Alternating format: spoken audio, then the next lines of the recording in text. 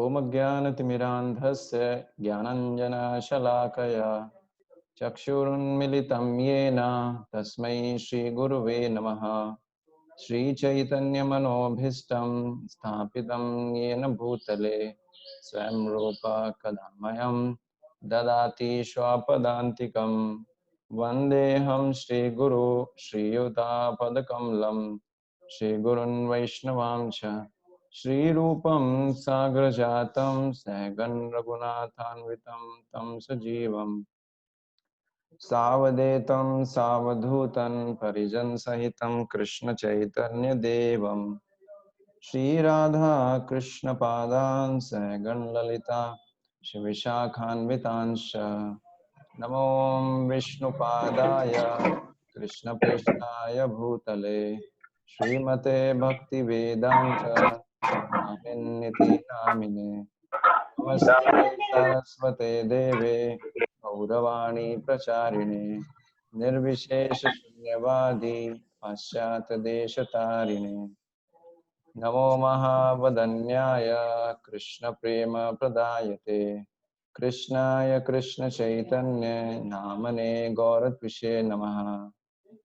हे कृष्ण करुणा सिंधु दीनबंधो जगतपते गोपेश गोपिका कांत राधा कांत नमस्तुते जयताम तप्त कांचन गौरांगी राधे वृंदावनेश्वरी वृषभानुसुते देवी प्रणमामि हरिप्रिये।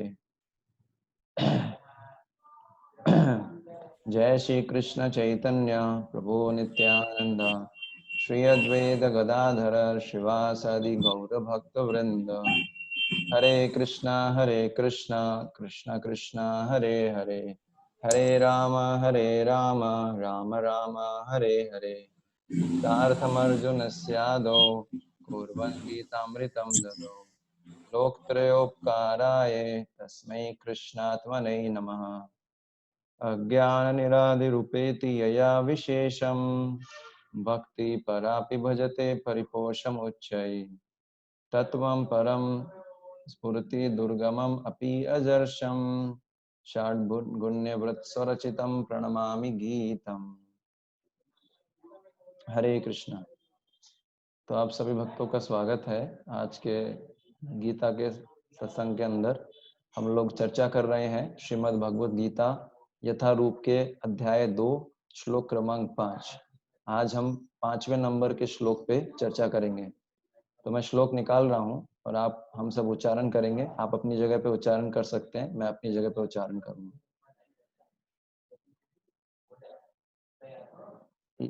तो ये श्लोक है भगवत गीता के दूसरे अध्याय का 5वां श्लोक। इसको इस धुन में उच्चारण करना होता है। गुरुन् हत्वा हि महानुभावान् श्रेयो भोक्तुं भिक्षमपीह लोके हत्वार्थकामांस्तु गुरोनिहेव भुञ्जीये भोगान् रुधिरप्रदिक्तान्। गुरोन् हत्वा हि महानुभावान् श्रेयो भोक्तुं भिक्षमपीह लोके हत्वार्थकामांस्तु गुरूनिएव भुञ्जीये भोगान् रुधिरप्रदिक्तान्। तो इसका अनुवाद शब्दार्थ अनुवाद व तात्पर्य जगत गुरु शिला प्रभुपाद जी के द्वारा शिला प्रभुपाद की जय। शब्दार्थ इस प्रकार है। गुरुजनों को अहत्वा न मारकर ही निश्चय ही महानुभावान महापुरुषों को श्रेय अच्छा है भोक्तुम भोगना भिक्षम भीख मांगकर अपि भी इह इस जीवन में लोके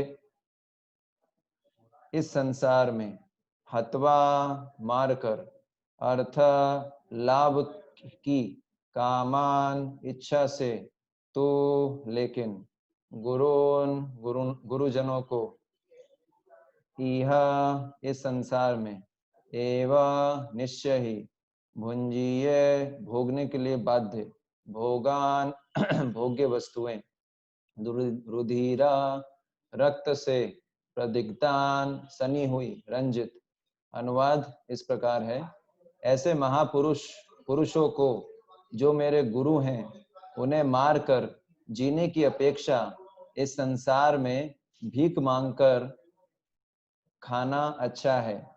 भले ही वह सांसारिक लाभ के इच्छुक हो, किंतु है तो गुरुजन ही। यदि उनका वध होता है तो हमारे द्वारा भोग्य प्रत्येक वस्तु उनके रथ से सनी होगी। तात्पर्य, शास्त्रों के अनुसार ऐसा गुरु जो निंद्य कर्म में रत हो और जो विवेक शून्य हो, त्याज्य है। दुर्योधन से आर्थिक सहायता लेने के कारण भीष्म तथा द्रोण उसका पक्ष लेने के लिए बाध्य थे। यद्यपि केवल आर्थिक लाभ से ऐसा करना उनके लिए उचित न था। ऐसी दशा में वे आचार्यों का सम्मान खो बैठे थे। किंतु अर्जुन सोचता है कि इतने पर भी वे उसके गुरुजन हैं, अतः उनका वध करके भौतिक लाभों का भोग करने का अर्थ होगा रक्त से सने अवशेषों का भोग। यहाँ पर शिला प्रभुपाद जी का तात्पर्य समाप्त होता है। तो आप सभी भक्तों का स्वागत है। पहले तो आप सब लोगों के लिए खुशखबरी है कि जगन्नाथपुरी जो रथ यात्रा थी, सुप्रीम कोर्ट ने जो इस पे रोक लगाया था, वो रोक हटा दिया है। तो कुछ लिमिटेशंस में होगा, लेकिन रथ यात्रा होगा। दूसरा, अभी भी परम पूज्य भक्ति चारू स्वामी महाराज जो हैं, वो क्रिटिकल उनके कंडीशन है, स्टेबल है लेकिन अभी भी क्रिटिकल कंडीशन में है। तो सभी भक्तों से अनुरोध है कि ज्यादा से ज्यादा आप नाम जप कीजिए परम पूज्य भक्ति चारू स्वामी महाराज के जो है स्वास्थ्य के रिकवरी के लिए, क्योंकि महाराज जो है बहुत वरिष्ठ भक्त हैं और भगवान का जो इच्छा है वो हमको पता नहीं, लेकिन हम लोग चाहते हैं कि ज्यादा से ज्यादा महाराज हमको समय दे पाए इस मूवमेंट में। उन्होंने शिला प्रभुपाद जी का बहुत सेवा किया है। तो आज का जो श्लोक है, अर्जुन श्री कृष्ण को तर्क दे रहे हैं। युद्ध ना करने के अर्जुन ने कई कारण दिए थे पहले अध्याय में, जो मैंने आपको बताता आया हूँ। और ये जो है, इसको बोलते हैं तुरुप का इक्का, बोलते हैं ना तुरुप का इक्का। तो अर्जुन ने इतना पावरफुल आर्गुमेंट दिया है इस बार, जैसे मैंने कल के श्लोक में भी बता रहा था आपको कि कृष्ण कुछ उत्तर ही ना दे पाए। तो अर्जुन बोल रहे हैं कि जो द्रोण भीष्म है, इनको महानुभव बोला है, महानुभाव, और ये मेरे गुरु के समान है। तो मैं अपने गुरु पे कैसे, मैं जो है गुरु के साथ कैसे युद्ध कर सकता हूँ? जिन गुरु के साथ तो वाग युद्ध भी नहीं करना चाहिए, वाणी से भी उनके साथ उनका जबान नहीं लड़ाना चाहिए, और ऐसे गुरु के साथ मैं युद्ध कैसे कर सकता हूँ? तो ये अर्जुन ने जो है बहुत पावरफुल आर्गुमेंट दिया कृष्ण को। आप समझ पा रहे? तो ये आर्गुमेंट, ऐसा आर्गुमेंट तो इतना आसान नहीं था, क्योंकि अर्जुन भी बुद्धिमान थे। और अर्जुन बोलते हैं कि ऐसा तो आपने भी नहीं किया होगा, कि आपने भी अपने नाना उग्रसेन या अपने पितामह या अपने गुरु सांदीपनी मुनि में आपने भी कभी ऐसा, उन पे कभी आपने हाथ नहीं उठाया होगा, तो आप मुझे कैसे बोल रहे हैं? तो यहाँ पर एक समझने वाली चीज है कि यहाँ पर गुरु बता रहे हैं अर्जुन, किसको? भीष्म और द्रोण को। तो गुरु भी अनेक प्रकार के होते हैं, लेकिन मुख्य रूप से शिक्षा और दीक्षा गुरु। दीक्षा गुरु जो हमको दीक्षा प्रदान करते हैं, दीक्षा के समय हमारा नया जन्म होता है। एक साधारण मनुष्य के जो होते हैं, बताते हैं कि साधारण मनुष्य के 3 जन्म होते हैं। पहला जो होता है शुक्र जन्म, माता पिता से जन्म मिलता है।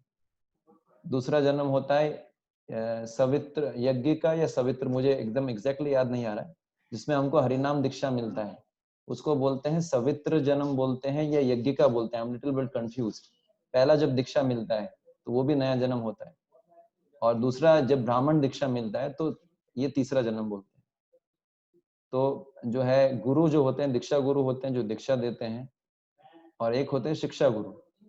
तो शिक्षा गुरु अनेक हो सकते हैं, है ना? शिक्षा गुरु अनेक हो सकते हैं, और शिक्षा गुरु को अगर हमको फिक्स करना है तो हमको दीक्षा गुरु से परमिशन लेना चाहिए कि मैं किसको शिक्षा गुरु बनाऊं। आप समझ गए? तो जो दीक्षा गुरु होते हैं और शिक्षा गुरु होते हैं, कई हो सकते हैं। दीक्षा गुरु एक ही होता है, शिक्षा गुरु कई हो सकते हैं। तो अर्जुन के भी कई शिक्षा गुरु थे। तो अर्जुन जो यहाँ पर भीष्म पितामह द्रोणाचार्य को शिक्षा गुरु बोल रहे हैं, और अर्जुन बोल रहे हैं कि आध्यात्मिक गुरु को आप कैसे लड़ सकते हैं? आध्यात्मिक गुरु का कितना महत्व होता है जीवन में, उनसे कैसे लड़ाई किया जा सकता है? तो यहाँ पर पॉइंट ये है कि अर्जुन जो है गुरु बता रहे हैं भीष्म द्रोण को, और महानुभाव शब्द यूज किया है, महानुभाव। तो महानुभाव जो शब्द है वो दो शब्दों से मिलकर बना है, महा और अनुभाव। महा का मतलब होता है महान, अनुभाव का मतलब क्या होता है, अनुभाव का मतलब होता है उद्देश्य, विचारधारा। तो जो भीष्म और द्रोण थे उनके जो है महान उद्देश्य और विचारधारा थी, उनका थॉट प्रोसेस था, उनका थिंकिंग प्रोसेस था, वो बहुत महान था। किसके प्रति? जो भीष्म और द्रोण थे वो जो थे वो श्री कृष्ण के प्रति उनकी विचारधारा विशेष थी। भीष्म पितामह तो एक महाजन है, 12 महाजन में से एक है, भगवान श्री कृष्ण के परम भक्त हैं, ठीक है। द्रोणाचार्य भी जो थे वो भी जानते थे कि श्री कृष्ण परम भगवान है। भीष्म पितामह और द्रोणाचार्य दोनों श्री कृष्ण के प्रति, श्री कृष्ण की महिमा दोनों को ज्ञात थी। श्री कृष्ण की महिमा जो थी दोनों उनको जानते थे और दोनों सम्मान करते थे श्री कृष्ण की महिमा का। और पांडवों के प्रति भी उनको सहानुभूति थी, है ना। इतना हद तक के अर्जुन जब बोलते हैं, वास्तव में भीष्म और द्रोण जो थे उनका पांडवों के प्रति बहुत अधिक अनुराग था। दोनों के हृदय के अंदर सॉफ्ट कॉर्नर था पांडवों के प्रति, इसलिए वो चाहते थे हृदय से कि पांडव लोग ही जीते, लेकिन किसी कारणवश जो है उनको कौरवों के पक्ष युद्ध करना पड़ रहा था। तो जब अर्जुन बोलते हैं पहले अध्याय के 23वें श्लोक में कि हे कृष्णा, मेरा रथ जो है दोनों सेनाओं के बीच में लेके चलो, मैं देखना चाहता हूँ कौन जो है अपना, कौन जो है दुर्योधन को प्रिय, अर्जुन दुर्योधन को आनंद देने के लिए, दुर्योधन का प्रिय चाहने के लिए युद्ध करने आए हैं। अर्जुन बोलता है कौन दुर्योधन का प्रिय चाहने के लिए युद्ध करने आए हैं, तो ऐसा बोलते हैं। तो भले ही भीष्म और द्रोण भले ही कौरवों के साइड में हो, लेकिन वो हृदय से पांडवों का ही चाहते थे जीत हो। और ये अनेक समय पे प्रूफ होता है ये चीज। जब एक बार भीष्म पितामह के पास दुर्योधन जाते हैं और दुर्योधन ये बोलते हैं उनको कि भीष्म पितामह, क्योंकि दुर्योधन जानते थे कि भीष्म और जो द्रोण थे वो चाहते थे हृदय से कि पांडवों की जीत हो, इसलिए वो अनुराग था उनका पांडवों से, उनके हृदय में सॉफ्ट कॉर्नर था। तो दुर्योधन एक बार भीष्म पितामह के पास गए और बोले कि हे पितामह, मैं आपसे एक अनुरोध करना चाहता हूँ, कृपया इसे ध्यान पूर्वक सुनिए। उन्होंने, दुर्योधन ऐसा बोल रहे हैं, बोले इसमें कोई शंका नहीं भीष्म पितामह कि जब तक आप और द्रोणाचार्य हैं तब तक हमारी पराजय कोई नहीं कर सकता, ये निश्चित है। दुर्योधन ऐसा बोल रहे हैं, लेकिन मुझे ऐसा लगता है कि शायद आप जो हैं, आप और द्रोणाचार्य ने पांडवों पे कृपा दृष्टि डाल रखी है, इसलिए हमारी सेना हार रही। आपके होते हुए हमारी सेना कैसे हार सकती है? इसका मतलब तो एक ही है कि आप चाहते नहीं कि हम लोग जीतें। तो इस प्रकार से जो है बोलते हैं दुर्योधन। दुर्योधन बहुत बड़े डिप्लोमेट थे, ये मैंने पहले अध्याय के कुछ श्लोकों में बताया था कितने डिप्लोमेटिक थे, तो इस प्रकार से बोल रहे थे। तो भीष्म पितामह ने क्रोधित होते हुए और हंसते हुए बोला, बोले हे हे भरत बोलते हैं हे कुरुनंदन, है ना, क्या बोलते हैं, हे भरतवंशी। दुर्योधन को बोलते हैं कि हे दुर्योधन, मैं तुम्हें अनेक बार बता चुका हूँ। क्या बता चुका हूँ अनेक बार? कि पांडवों को जीतना संभव नहीं है, सारे देवी देवता भी मिलके पांडवों को, स्पेशली अर्जुन को हरा नहीं सकते। मैंने कितनी बार बताया आपको, है ना, फिर भी आप समझते नहीं। तो इस प्रकार से वो बोलते हैं। और ऐसा ही एक बार हुआ था जब द्रोणाचार्य को भी दुर्योधन बोल रहे थे, क्या बोल रहे थे, द्रोणाचार्य को भी ये बोले कि बोले आप लगता है पूरे पराक्रम से युद्ध नहीं कर रहे हैं। तो जो द्रोणाचार्य होते हैं वो भी जो है खिन्न हो जाते हैं दुर्योधन के ऐसा बोलने से। और फिर द्रोणाचार्य जो होते हैं वो बोलते हैं, बोले ऐसा मत समझो दुर्योधन, मैं तो हमेशा तुम्हारे प्रिय प्रिय करने की चेष्टा करता आया हूँ, लेकिन तुम एक चीज समझ लो, ये जो अर्जुन है, अर्जुन के द्वारा जो ये जो है कौरव सेना जो है, पांडव सेना जो है वो पूरी तरीके से सुरक्षित है। अर्जुन के द्वारा सुरक्षित कोई चीज है ना, उसको देवता, राक्षस, गंधर्व, यक्ष भी मिलके एक साथ हो जाए तो भी उनको हरा नहीं सकते। तो फिर ये संभव ही नहीं कि आप लोग उसको हरा पाओ, है ना, आप पांडवों को हरा नहीं सकते। तो इस प्रकार से देखते हैं कि द्रोण ने तो कई जगह बात बोला था और एक बार जब दुर्योधन जब वो जो है गेम खेलता है, जुआ खेलता है दुर्योधन, तो उस समय भी द्रोणाचार्य बोलते हैं उनको, बोले तुम ये जीत भी जाओगे ना राज्य दुर्योधन, तो भले ही तुम 12 वर्ष या जो है 12 वर्ष 13 वर्ष के लिए तुम ये राज्य प्राप्त भी कर लो, लेकिन पांडवों को जो है हराना संभव नहीं है। तुम्हारे को कुछ समय के लिए तुमको राज्य भी मिल जाएगा, तुमको कोई लाभ नहीं होने वाला। आप समझ रहे हो? तुमको वास्तव में कुछ लाभ नहीं होगा दुर्योधन। पांडव लोग जो हैं वो देवताओं के पुत्र हैं, वो जो है धर्म के रास्ते पे चलने वाले हैं, उनके साथ तुम गलत नहीं कर सकते हो, तुमको ये भारी पड़ेगा। द्रोणाचार्य ने दुर्योधन को समझाया था, बोला था कि 13वां वर्ष जब समाप्त होगा तो तुमको बहुत कष्ट भोगना पड़ेगा दुर्योधन। और फिर भीष्म जो द्रोणाचार्य हैं, फिर से जब 13वां वर्ष समाप्त होता है तो पूरे सभा में बोलते हैं कि बोले जितने भी पांडव गण हैं ये देवताओं के पुत्र हैं, और ये बहुत ज्यादा जो है, ये जो है बेसिकली जो है धर्मज्ञ है ना, धर्म को जानने वाले हैं। इस प्रकार से बताते हैं उनको, बोलते हैं कि इनको जो है किसी भी प्रकार से नष्ट नहीं किया जा सकता है, और ये ब्राह्मणों को भी पता है कि इनको नष्ट नहीं किया जा सकता, ये सत्य सभी को पता है। तो इस प्रकार से बोलते हैं, बोले संभव नहीं है। ऐसा अनेक बार द्रोणाचार्य और भीष्म अनेक बार दुर्योधन को चेतावनी देते हैं कि तुम ये गलत कर रहे हो, तुम ये गलत कर रहे हो, मत करो, है ना। द्रोणाचार्य भी चेतावनी देते हैं, भीष्म पितामह भी चेतावनी देते हैं। इवन यहाँ तक जब श्री कृष्ण संधि का प्रस्ताव लेके आए थे हस्तिनापुर, जब उनको बंदी बनाना चाहा था दुर्योधन ने, तो भीष्म पितामह को बड़ा क्रोध आया।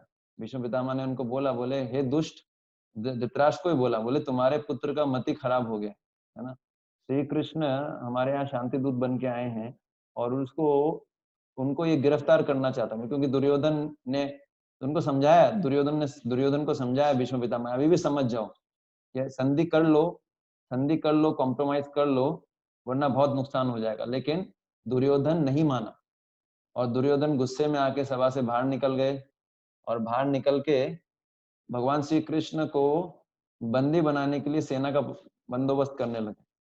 बड़े क्रोधित हुए थे इस पे, है ना, भीष्म भीष्म पितामह। और धृतराष्ट्र को ही बोला था, बोले धृतराष्ट्र को क्या बोला, बोले तुम्हारे जो पुत्र है वो बहुत कुमारगामी है, पूरे वंश का नाश करेगा। आप समझ पा रहे हैं? तो ऐसे अनेक अवसरों पे भीष्म पितामह और द्रोणाचार्य ने कई बार दुर्योधन को बोला कि तुम गलत कर रहे हो, पांडव लोग धर्म के रास्ते पे चलने वाले हैं, है ना, और वो जो है पांडव लोग बड़े पराक्रमी हैं, शूरवीर हैं, है ना, वो अन्याय के रास्ते से अपना राज्य प्राप्त नहीं करेंगे, वो न्याय लेंगे तुमसे, वो पूरी प्रकार से लड़ाई करेंगे, पराक्रमी है, और उनको रोक पाना संभव नहीं है। चाहे अगर इंद्र भी, अगर इंद्र से भी सुरक्षित उनका अधिकार राज्य हो, उसको भी वो प्राप्त कर लेंगे, उनको रोक पाना संभव नहीं। तो हम देखते हैं कि ऐसा अनेक बार भीष्म पितामह और द्रोणाचार्य जो है वार्निंग देते हैं द्रोणाचार्य को, दुर्योधन को, धृतराष्ट्र को, लेकिन उनके समझ में नहीं आता है। तो इससे मैं आपको क्यों बता रहा हूँ, इससे पता लगता है वास्तव में द्रोणाचार्य और भीष्म जो थे वो क्या थे, महानुभाव। क्यों? क्योंकि वो उनके हृदय से वो प्रिय चाहते थे पांडवों का, सही पांडवों का भला करना चाहते थे। और श्री कृष्ण जो थे उनको भी जो है उनके प्रति भी बहुत सम्मान था, श्रद्धा था दोनों का। तो फिर प्रश्न उठता है, ये प्रश्न उठता है, अगर द्रोणाचार्य और भीष्म पितामह वास्तव में प्रिय चाहते थे तो फिर उन्होंने कौरवों की तरफ से युद्ध क्यों किया, ये प्रश्न उठता है। तो वास्तव में द्रोणाचार्य और भीष्म पितामह जो थे वो हृदय से पांडवों के साथ ही थे, लेकिन जो है शरीर से शरीर से उन्होंने जो है युद्ध किया। शरीर से किसके साथ में थे, दुर्योधन के साथ में, और मन से किसके साथ में थे, पांडवों के साथ में। तो इसलिए तभी तो जब श्री कृष्ण को अर्जुन बोलते हैं कि मेरा रथ दोनों सेनाओं के मध्य ले सको, मैं देखना चाहता हूँ कि कौन कौन है जो दुर्योधन को प्रसन्न करने के लिए आए हुए हैं। तो जब अर्जुन ने ऐसा बोला तो श्री कृष्ण ने रथ जो है भीष्म और द्रोण के समक्ष खड़ा कर दिया। हालांकि द्रोण और जो भीष्म थे वो मन से चाहते थे पांडव लोग जीते, लेकिन फिर भी चूंकि शरीर से वो कौरवों की तरफ थे, इसलिए भगवान श्री कृष्ण ने उनके सामने रथ खड़ा किया कि ये भी चाहते हैं प्रिय दुर्योधन का, क्योंकि शरीर से तो दुर्योधन के साथ लड़ ही रहे थे। तो प्रश्न उठता है कि अगर ये महानुभाव हैं तो पांडवों की तरफ से क्यों नहीं लड़े, कौरवों की तरफ से क्यों लड़े? ये बहुत इंपॉर्टेंट प्रश्न है। उनको पता था धर्म का सिद्धांत। तो यहाँ पर शिला प्रभुपाद जी भी लिखते हैं और वर्णन भी आता है कि द्रोणाचार्य और भीष्म पितामह दोनों ने स्वीकार किया था, क्योंकि दुर्योधन दोनों को मेंटेन करता था इकोनॉमिकली। क्योंकि अर्थ जो था उस समय धृतराष्ट्र के पास था, मतलब बेसिकली दुर्योधन जो थे, धृतराष्ट्र तो नाम का राजा था, सारे काम तो दुर्योधन ही करता था। तो दुर्योधन जो है इकोनॉमिकली उनको सप्लाई करता था, एक इकोनॉमिक नीड्स का ख्याल रखता था। तो यहाँ पर बताया गया अर्थकामी।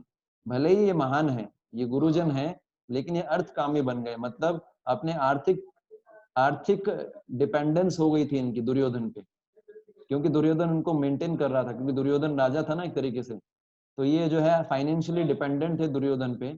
इसी कारण से प्रभुपाद जी भी यहाँ लिखते हैं कि उन्होंने जो है युद्ध किया कौरवों की तरफ से, और ये प्रूफ भी आता है, भीष्म पितामह स्वयं इसको स्वीकार करते हैं। द्रोणाचार्य भी जब गीता का जो है प्रवचन खत्म होता है, गीता सुन लेते हैं अर्जुन, उसके बाद युधिष्ठिर महाराज सभी पांडवों को लेकर श्री कृष्ण के साथ, देखिए ये कितना अच्छा एटिकेट हमको सीखने को मिलता है। पांडव लोग जो है सब जाते हैं युद्ध शुरू होने से पहले, और द्रोणाचार्य और भीष्म पितामह से आशीर्वाद लेते हैं। युधिष्ठिर महाराज जाते हैं, अपने कवच कुंडल उतार के जाते हैं, और द्रोणाचार्य और भीष्म पितामह को प्रणाम करते हैं, उनकी परिक्रमा करते हैं, और उनसे युद्ध में जीत लेने के लिए आशीर्वाद लेते हैं, जीतने के लिए, युद्ध में जीत जाएं इसके लिए आशीर्वाद लेते हैं। देखिए कितना अच्छा एटिकेट है, महाभारत सिखाता है।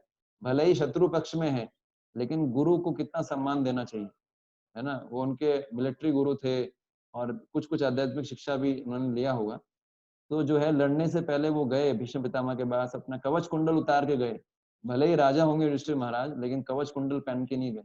इसलिए बताया था जब भी गुरु के पास, आचार्य के पास जाया जाता है तो विनम्रता के साथ जाना चाहिए, है ना, ज्ञान में फूल के नहीं जाना चाहिए। पर दुर्योधन को हम देखते हैं, दुर्योधन ने जब द्रोणाचार्य को अप्रोच किया था, जब पहले अध्याय के दूसरे तीसरे श्लोक में हम पढ़ते हैं, तो बिना वो ना कवच ना कुंडल उतार के गया, बल्कि उनको आदेश दे रहा था। गुरु के पास आदेश देने के लिए नहीं जाना चाहिए, गुरु को गुरु से आदेश प्राप्त करने के लिए जाना चाहिए। तो हम यहाँ पर कितना सुंदर एटिकेट देखते हैं कि युधिष्ठिर महाराज जाते हैं, आशीर्वाद लेते हैं, भीष्म पितामह से पूछते हैं आपको कैसे मार सकता हूँ। तो भीष्म पितामह बोलते हैं अगर तुम अभी ये नहीं पूछते तो मैं तुमको पराजय का श्राप दे देता, पर मैं तुमसे बड़ा प्रसन्न हूँ इसलिए, लेकिन मैं तुमको बताना चाहता हूँ, चूंकि दुर्योधन मेरे को मुझे अर्थ प्रदान करता है, इसलिए मैं तुम्हारे साथ ऐसा नपुंसकों जैसा व्यवहार कर रहा हूँ। भीष्म पितामह खुद अपने मुंह से बोले, क्योंकि दुर्योधन मेरी फाइनेंशियल नीड्स को प्रोवाइड करता है, इसलिए मैं तुम्हारे साथ ऐसा नपुंसकों जैसा व्यवहार कर रहा हूँ, पर मैं चाहता हूँ कि तुम लोग ही जीतो। और फिर जो है भीष्म पितामह उनको जो है विजय का आशीर्वाद देते हैं, और अर्जुन पूछते हैं हम आपको कैसे मार सकते हैं, तो जो भीष्म पितामह बोलते हैं समय आने पे मैं तुमको स्वयं ही बता दूंगा कि मेरे को कैसे मारा जा सकता है। और इसी प्रकार से फिर जो है अर्जुन युधिष्ठिर महाराज जाते हैं द्रोणाचार्य के पास में, द्रोणाचार्य से भी सेम रिक्वेस्ट करते हैं कि हम आपसे विजय का आशीर्वाद चाहते हैं। द्रोणाचार्य बोलते हैं आपको मैं आशीर्वाद देता हूँ, बोले मैं मन से आपके साथ हूँ, मैं चाहता हूँ आप ही जीतो, लेकिन शरीर से हमको दुर्योधन की तरफ से युद्ध करना पड़ेगा। तो वो भी बताना चाहते हैं क्योंकि दुर्योधन मेरे फाइनेंशियल नीड्स का ध्यान रखता है, इस कारण से मुझे दुर्योधन की तरफ से युद्ध करना पड़ेगा। और फिर उन्होंने अपनी मृत्यु का सीक्रेट बताया। द्रोणाचार्य ने बोला जब मैं युद्ध कर रहा हूँ तो कोई ऐसा व्यक्ति जो बहुत ही धर्मज्ञ होगा, जो झूठ नहीं बोलता होगा, अगर वो ऐसा कुछ दुखद समाचार सुनाएगा तो मैं जो है युद्ध करना छोड़ दूंगा, और फिर मुझे मारा जा सकता है। तो द्रोणाचार्य ने अपनी मृत्यु का सीक्रेट बताया। तो यहाँ पर हम देखते हैं कि भले ही जो है कोई गुरु के पद पे हो, लेकिन कोई ऐसा कार्य करता है जो निंदनीय होता है, तो वो गुरु के पद से नीचे गिर जाता है। जैसे यहाँ पर द्रोणाचार्य और भीष्म पितामह, उनको केवल अपने फाइनेंशियल डिपेंडेंस के लिए दुर्योधन पे डिपेंड नहीं रहना चाहिए था, केवल अपने फाइनेंशियल रिक्वायरमेंट्स के लिए कृष्ण जो पांडवों के साथ युद्ध नहीं करना चाहिए था। हालांकि इसमें और भी गहरे तत्व हैं कि भीष्म पितामह भगवान श्री कृष्ण की इच्छा से युद्ध करते हैं कौरवों की तरफ से, ये भी एक अलग सिद्धांत है ना, ये भी एक लंबा डिस्कशन हो सकता है भीष्म पितामह में। भीष्म पितामह भगवान श्री कृष्ण के भक्त हैं, शुद्ध भक्त हैं, महाजन हैं। भगवान श्री कृष्ण की इच्छा थी कि वो पांडवों की तरफ से, कौरवों की तरफ से लड़े, और भगवान श्री कृष्ण उनका गुणगान करना चाहते थे। भीष्म पितामह जो थे वो श्री कृष्ण के साथ उनका जो था वीर्य रस था, वो वो बेसिकली जो है वीर्य रस में थे। श्री कृष्ण के साथ, श्री कृष्ण को के साथ वीर्य रस का आस्वादन कर रहे थे, है ना। और भीष्म पितामह जो है वो जो है भगवान की इच्छा से कौरवों की तरफ से लड़ रहे थे, लेकिन एक्सटर्नल रीजन ये है कि वो फाइनेंशियली डिपेंडेंट थे कौरवों पे। और इसलिए प्रभुपाद जी लिख रहे हैं कि भले ही कोई गुरु के पद पे हो, लेकिन केवल अर्थ के लिए, केवल पैसे के लिए, है ना, धर्म को छोड़ देना, क्या ऐसा करने से वो गुरु के पद से नीचे गिर चुके थे। लेकिन अर्जुन तो फिर भी उनको गुरु के समान ही सम्मान दे रहा है। गुरु अर्जुन उनको गिरा हुआ नहीं मानता है ना। और अर्जुन उल्टा ये बोल रहा है कि अगर कृष्ण, क्या आपने अपने जो है, भले ही उन्होंने फाइनेंशियल चीजों के लिए जो है दुर्योधन को के सेना को स्वीकार किया, पर फिर भी ये सम्माननीय है ना। और श्री कृष्ण को अर्जुन बोलते हैं कि आपने भी तो अपने गुरु के लिए भिक्षा मांगा था, है ना। सांदीपनी मुनि के लिए अर्जुन ने भी जो है भिक्षा मांगा था, ऐसा बताते हैं, वर्णन आता है। तो अर्जुन बोल रहे हैं, क्या बोल रहे हैं, अर्जुन बोल रहे हैं कि आपने भी तो सांदीपनी मुनि के लिए भिक्षा मांगा था, तो आप मुझे क्यों बोल रहे हैं, है ना। आप समझ गए। तो यहाँ पर पॉइंट ये है कि अर्जुन का केस और श्री कृष्ण का केस डिफरेंट है।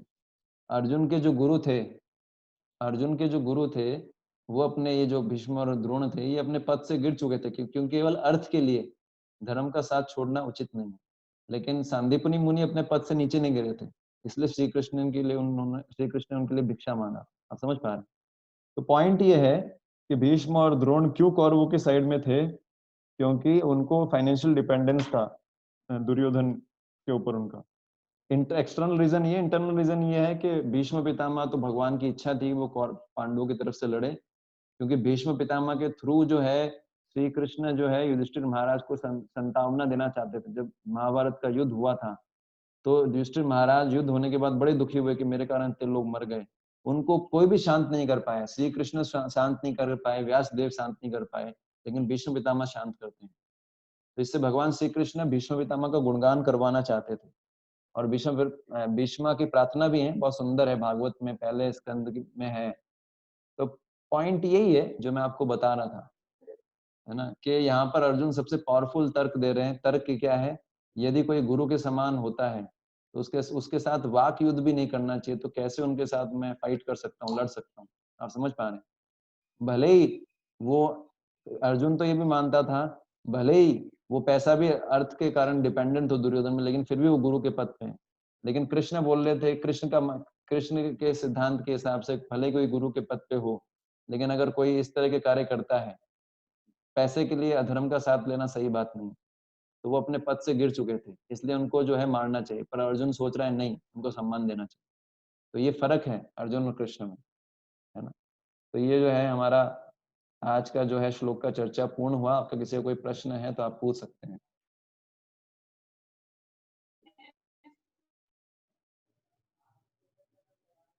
हेलो। हाँ, हरे कृष्ण प्रभु। हरे कृष्णा। हरे कृष्ण, पूछिए। प्रभु जी, आपने परसों कहा था कि श्री श्री राधा रानी जो है भगवान श्री कृष्ण की पत्नी है, और लेकिन श्री कई जगह राधा ये रानी सुना है, जाता है Shri Radha Rani she was already क्या क्या, जी वापिस पूछिए। वो शिव। एक मिनट होल्ड कीजिए। आपने एक मिनट, परसों एक कहा एक था एक कि एक श्री एक राधा एक रानी मिनट, जो है। एक मिनट, मैं सबको म्यूट कर रहा हूँ, आप अपने आप को अनम्यूट करके क्वेश्चन पूछिए, दिनेश जी। हाँ, आप अनम्यूट कर लीजिए दिनेश जी अपने आप को, आप पूछिए। हरे कृष्णा प्रभु जी। हरे कृष्णा। प्रभु जी, आपने परसों कहा था कि श्री श्री राधा रानी जो है भगवान श्री कृष्ण की पत्नी है। हाँ, लेकिन कई जगह ये सुनने में आता है कि वो केवल उनकी प्रेमिका थी और उनका ऑलरेडी अयंग गोप नाम से के व्यक्ति से विवाह हो चुका था। तो क्या मैं ये जानना चाहता हूँ, क्या वो केवल प्रेमिका थी या श्री श्री राधा रानी उनकी पत्नी है, मतलब, और पत्नी है तो कैसे हैं? देखिए, श्रीमती राधा रानी श्री कृष्ण से अलग नहीं है। राधा कृष्ण नहीं कोई अन्य, मतलब चैतन्य महाप्रभु के बताते हैं, चैतन्य महाप्रभु का बारे में बताते हैं, श्री कृष्ण चैतन्य, राधा कृष्ण नहीं अन्य। राधा रानी श्री कृष्ण जी से अलग नहीं है। राधा रानी जी श्री कृष्ण की ही शक्ति है। तो आध्यात्मिक रूप से श्री कृष्ण जो है उनका विस्तार ही है राधा रानी। तो श्री कृष्ण राधा रानी जी में कोई बहुत ज्यादा फर्क नहीं है। है ना, जी जी श्रीमती राधा जी रानी, तो वो श्री कृष्ण की ही पत्नी है वास्तव में देखा जाए ओरिजिनली। लेकिन इस प्रकट लीला, जो जी प्रकट लीला किया था वृंदावन में, ये जो प्रकट जी लीला होता है उसमें जो है उन्होंने रोल प्ले किया था। लेकिन ऐसा भी वर्णन आता है कि ब्रह्मा जी ने राधा कृष्ण का विवाह करवाया था, ऐसा वर्णन आता है। जी जी और जहां तक जी अभिमन्यु जी गोप की प्रभु बात जी। है जिसके साथ राधा रानी का विवाह हुआ था, एक्चुअली अयंग गोप, अयंग गोप। अयंग बोलते हैं, कई जगह अभिमन्यु भी बोलते हैं, ऐसा अलग अलग वर्णन आता है जो जी भी। तो वो जी जितने भी उस समय थे वो भी एक्चुअली ऐसा बताते हैं कि वो भी श्री कृष्ण का विस्तार ही था। जी जी तो क्यों, तो इसका लंबा है, इसका जो है आपको मिल जाएगा। ब्रह्मा जी ने शादी भी कराया था राधा कृष्ण का। तो राधा जी कृष्ण जो है वास्तव में जी स्पिरिचुअली तो राधा कृष्ण पति पत्नी एक तरीके से देखा जाए, राधा रानी श्री कृष्ण की शक्ति है। और जी जी प्रकट लीला में उन्होंने जो है ऐसा कोई खुल के वर्णन नहीं आता कि राधा कृष्ण जो है उन्होंने विवाह किया था, लेकिन एक जगह ऐसा वर्णन आता है कि ब्रह्मा जी ने दोनों का विवाह जी करवाया। जी प्रभु जी। है ना। जी प्रभु जी, हरे कृष्ण। हरे कृष्ण। और कोई प्रश्न? हाँ, हरे कृष्ण प्रभु जी, मेरा प्रश्न है, मेरा हाँ, हमेशा ही रहता है कोई ना कोई प्रश्न। अच्छा है, क्योंकि जब से गीता जी सुना कृष्ण अर्जुन ने कृष्ण से, तो और कंफ्यूज हो गया। तो कंफ्यूजन होना अच्छा है। अच्छा, मैं ये पूछना चाहती हूँ, आज आपने बताया कि भीष्म पितामह और द्रोणाचार्य जी आर्थिक रूप में दुर्योधन के पे डिपेंडेंट थे, हाँ, तो उन्होंने उसकी हेल्प की। तो इट्स नॉट ट्रूथ ना कि अगर हम किसी से डिपेंडेंट रहते तो हम उसकी गलत चीज में भी हेल्प करें। तो ये तो ऐसा तो बताएं, ये तो भगवान जी, बताएं। हाँ हाँ, तो वो मतलब क्यों करी उनने, सिर्फ इसी रीजन से, या फिर भगवान की भी यही इच्छा थी कि ये इनके साथ हेल्प करें? देखिए अनेक कारण थे, मैंने बताया ये एक्सटर्नल रीजन है। एक्सटर्नल रीजन हाँ क्या था हाँ कि जो है क्योंकि दुर्योधन उस समय राजा थे ना, धृतराष्ट्र राजा थे वैसे तो, हाँ हाँ लेकिन हाँ धृतराष्ट्र तो हाँ। नाम के राजा थे, सारा काम तो दुर्योधन करता था। तो जो राजा होता हम्म है वो वही तो मेंटेन करता है ना सबको, चाहे हम्म। द्रोणाचार्य हो भीष्म हो। राजा राजा से ही सब सब खर्चा राजा ही तो वही उठाता है ना सारा, जैसे हम्म। परिवार का मुखिया लेकिन होता वो कृष्ण भगवान से तो हेल्प ले सकते थे ना, कि भाई हम युद्ध नहीं है। करना तो चाहते, कि हम ये असत्य का फेवर नहीं करना चाहते थे ना, हाँ, तो भी नहीं करना उन्होंने चाहिए ऐसा था। क्यों किया? ये हाँ एक्सटर्नल रीजन, हाँ। इंटरनल रीजन है कि भगवान चाहते थे। दुर्योधन भीष्म अच्छा। पितामह भगवान की इच्छा से, भगवान की इच्छा से भक्त जो है कुछ भी कर सकता है, उसके लिए फर्क नहीं है। क्यों? क्योंकि भीष्म पितामह महाजन है, पहली बात तो ऑलरेडी भगवान के भक्त हैं।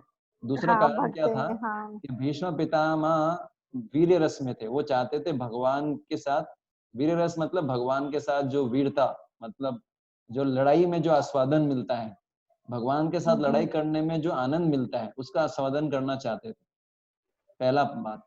इसलिए तो आप देखते हैं जब भीष्म पितामह प्रतिज्ञा लेते हैं कि या तो जो है वो 5 तीर होते हैं ना, जो 5 तीर पैदा करते हैं, ये 5 तीर उत्पन्न करते हैं भीष्म पितामह।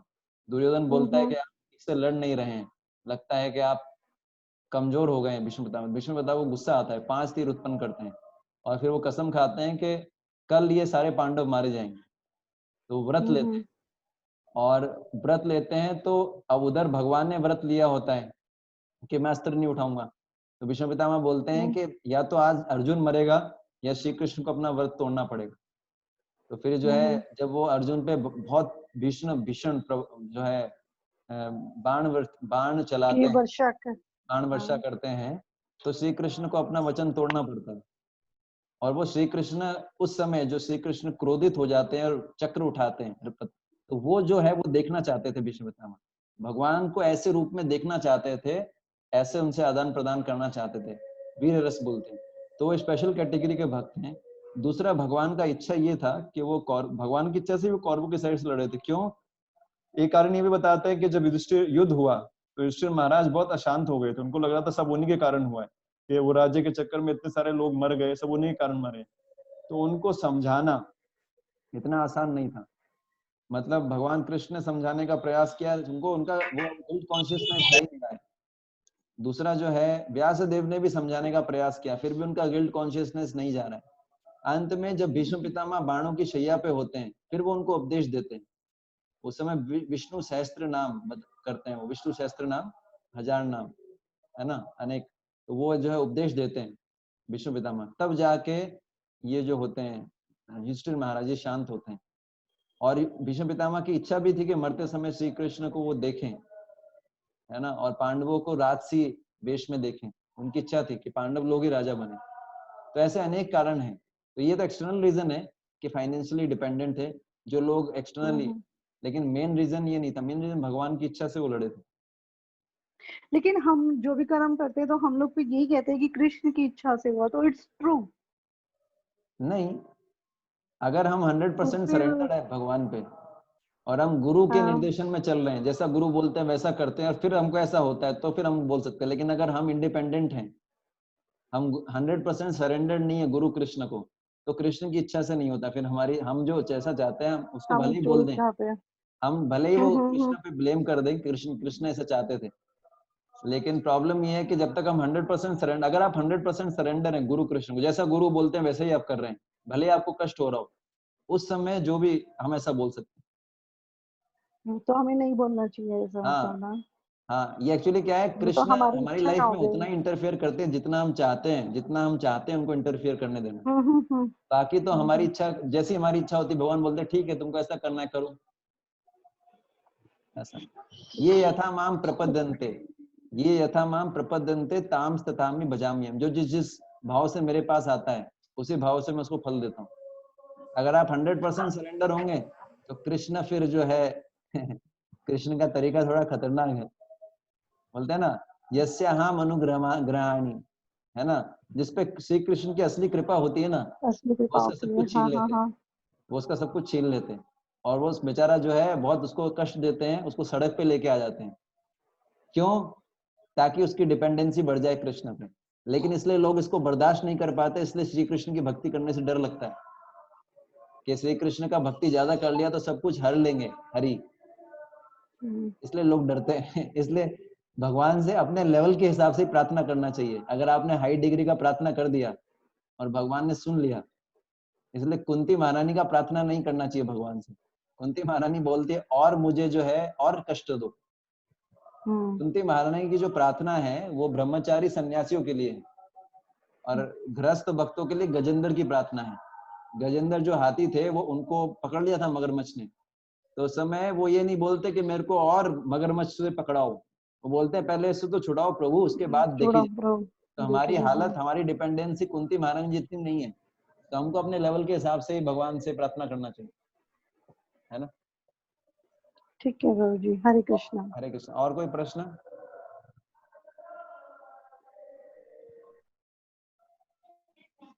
हरे कृष्णा प्रभु जी। हाँ हरे कृष्ण प्रभु जी। प्रभु जी, ये गजेंद्र मोक्ष का पाठ कर सकते हैं हम लोग? हाँ कर सकते हैं ना, पढ़ सकते हैं, भागवतम में है ये।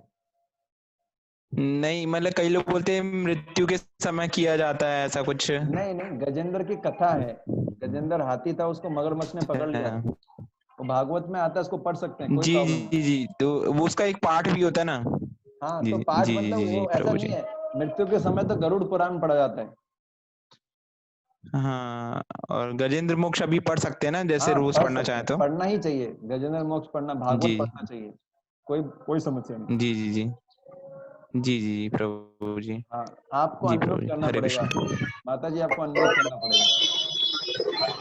हरे कृष्णा प्रभु जी। हाँ हरे कृष्णा, पूछिए। प्रभु जी, आपने बोला है कि जिससे भगवान ज्यादा प्यार करते हैं उसका सब कुछ छीन लेते हैं, मतलब उसको कष्ट दे देते हैं, यानी कि जो सुखी है उसके साथ भगवान नहीं है, नहीं ऐसा नहीं है, या पर जिसको पॉइंट, सब कुछ है। हाँ देखिए, जैसे भगवान की कृपा है हम लोगों के ऊपर, तो हम सोचते हैं भगवान हमारे साथ है हर समय, कोई टचवुड हाँ कुछ संकट नहीं है, कुछ हाँ एक दो परेशानी आती है, देखो वो तो नेचुरल है। हाँ। फिर मैं सोचती हूँ कि क्या फिर भगवान मेरे साथ नहीं है, अगर वो उसने मुझे सब कुछ दिया है तो? देखिए दो चीजें हैं, ये जो मैं आपको बताया, मेरा पॉइंट ही, उनका उनका प्रश्न था कि क्या जो जो भी होता है हमारे जीवन में कृष्ण की इच्छा के हिसाब से होता है, तो उनको मैंने बताने के लिए उनका क्वेश्चन ये था, इसलिए मैंने बताया था कि हम भगवान पे कितने शरणागत हैं। तो पॉइंट ये, अगर हमारे जीवन में सब कुछ अच्छा चल रहा है, भक्त का एटीट्यूड क्या होता है, अगर उसके जीवन में कष्ट आता है तो ये बोलता है कृष्ण मेरे को इससे ज्यादा कष्ट मिलना चाहिए था, लेकिन आप मुझे फिर भी कम कष्ट दे रहे हैं, तो मैं आपका जो है आपको धन्यवाद देता हूँ और आपका कृतज्ञ हूँ। और उसके जीवन में सब कुछ अच्छा चल रहा होता है तो ये बोलता है कृष्ण ये सब आपकी कृपा है, आपकी कृपा से ये सब चल रहा है। भक्त का स्वभाव, भक्त का भाव ये होता है। लेकिन फिर भी पॉइंट ये है कि आप देखिए जो भी अगर हमारे जीवन में हमारा भक्ति अच्छा चल रहा है तो भी मानना चाहिए सब कुछ अच्छा चल रहा है। आप समझ रहे हैं? अगर हमारा भक्ति अच्छा चल रहा है तभी समझना चाहिए कि सब कुछ अच्छा चल रहा तभी है। समझ अगर भक्ति अच्छा नहीं चल रहा है और मटेरियल हम बहुत प्रोग्रेस कर रहे हैं तो ऐसा हमको लग सकता है कि मैं मेरे पे भगवान की कृपा है, लेकिन वास्तविक कृपा नहीं है। मटेरियली ऑपुलेंट बनना वास्तविक कृपा नहीं है। वास्तविक कृपा है स्पिरिचुअली ऑपुलेंट बनना, आध्यात्मिक रूप से सशक्त बनना, आध्यात्मिक रूप से उन्नति होना ही जीवन की असली सार्थकता है, ना कि भौतिक रूप से सारी सुविधा होना।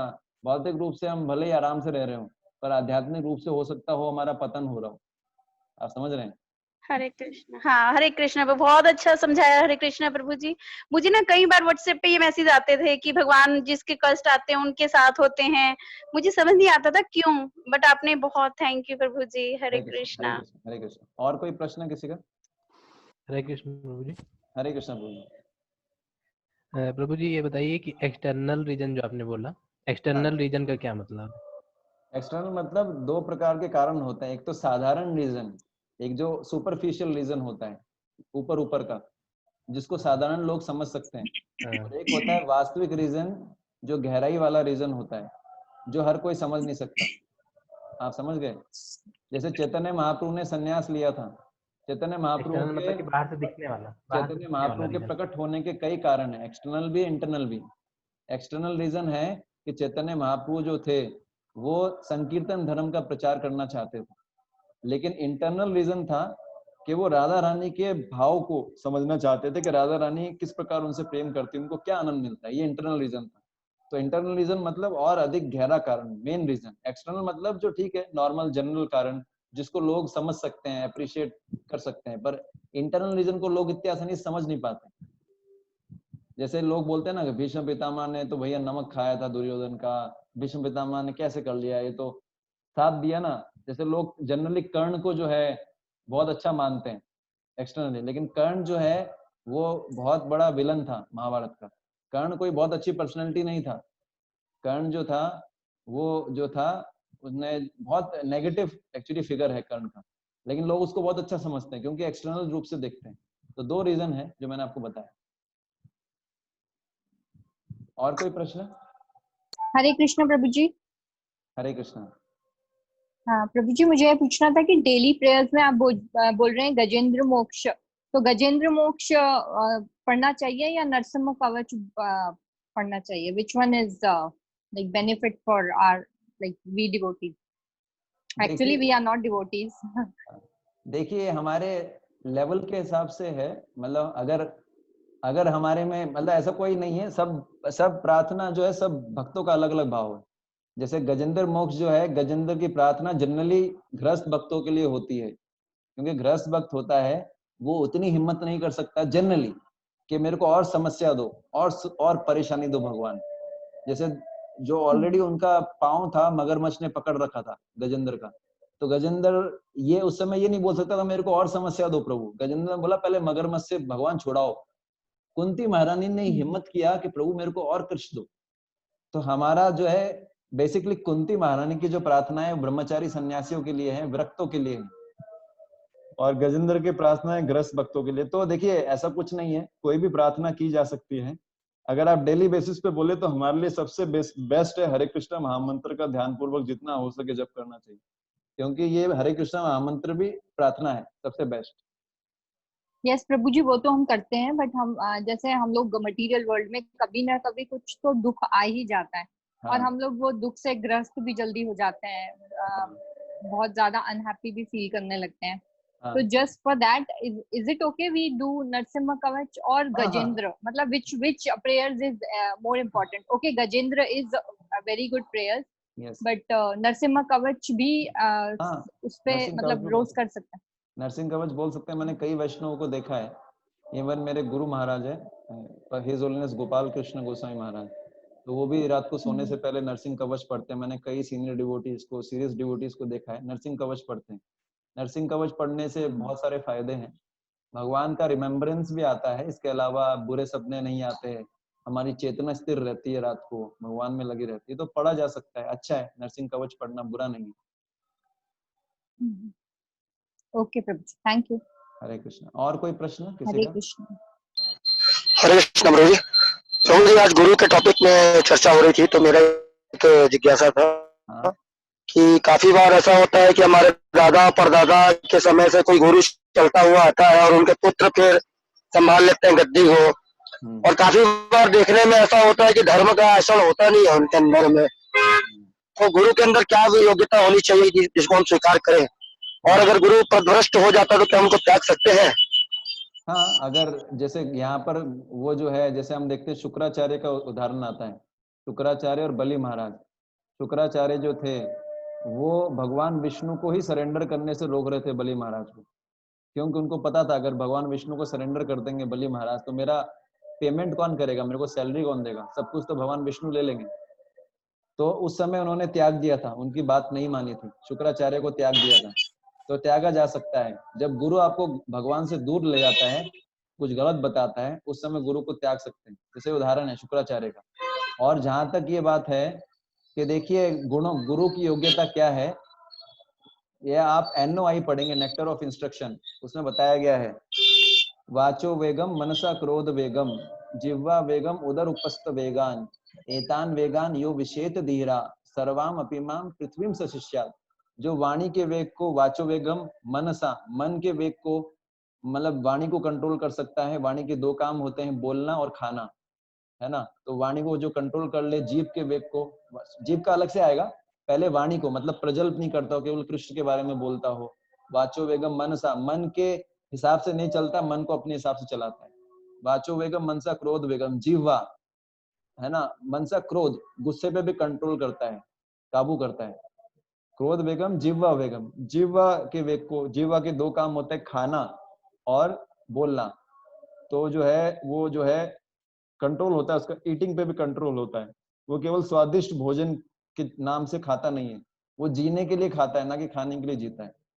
जीवा वेगम उदर उपस्थ वेगम, पेट के वेग को, क्योंकि हम पेट जो होता है जरूरत से ज्यादा लोग खाना चाहते हैं, लेकिन गुरु का जो कंट्रोल होता है उदर पे भी, और उदर उपस्थ वेगान, उपस्थ मतलब जनेन्द्रिया।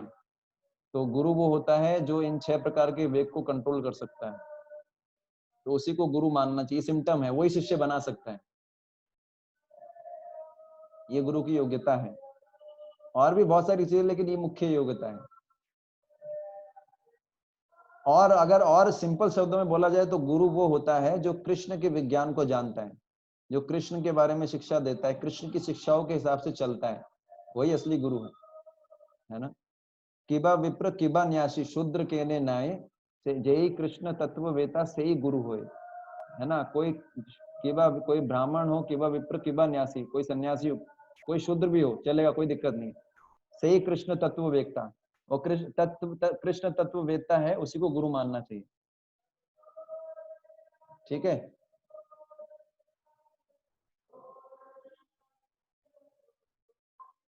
और कोई प्रश्न है? मेरा एक्चुअली वैसे जो है, एक्चुअली अगला क्लास है, तो आप फिर, हाँ, नरसिंह कवच मतलब ओम उग्रम वीरम, हाँ ये नरसिंह कवच है। नरसिंह आपको मिल जाएगा इंटरनेट पे। नरसिंह कवच जो है प्रार्थना है नरसिंह के प्रति, भगवान ये प्रहलाद महाराज ने बोला था नरसिंह कवच।